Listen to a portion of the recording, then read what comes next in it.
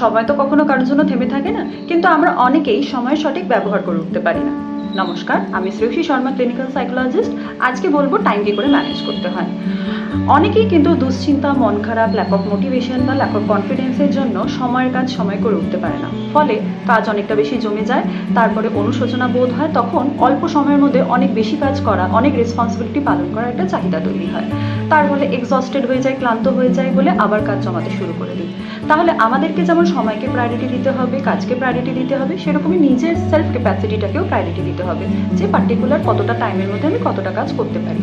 ধরে নিন না, আপনি 1 ঘন্টার মধ্যে একটা প্রেজেন্টেশনে 5টা স্লাইড বানাতে পারেন, তাহলে আপনি সেটুকুই করার চেষ্টা করবেন, অতিরিক্ত করার চেষ্টা করবেন না। তাহলে কি হবে, এতে টেনশনটা আরও বাড়বে, পারফরমেন্সটা আরও ডিটোরিয়েট করবে, আবার গিল্টিটা হবে, কাজ আরও জমে যাবে। তাহলে আপনার সেলফ ক্যাপাসিটিটাকে প্রায়োরিটি দিন, যাতে অনুশোচনা কম হয়, টাইমটাকেও তাড়াতাড়ি ম্যানেজ করতে পারে।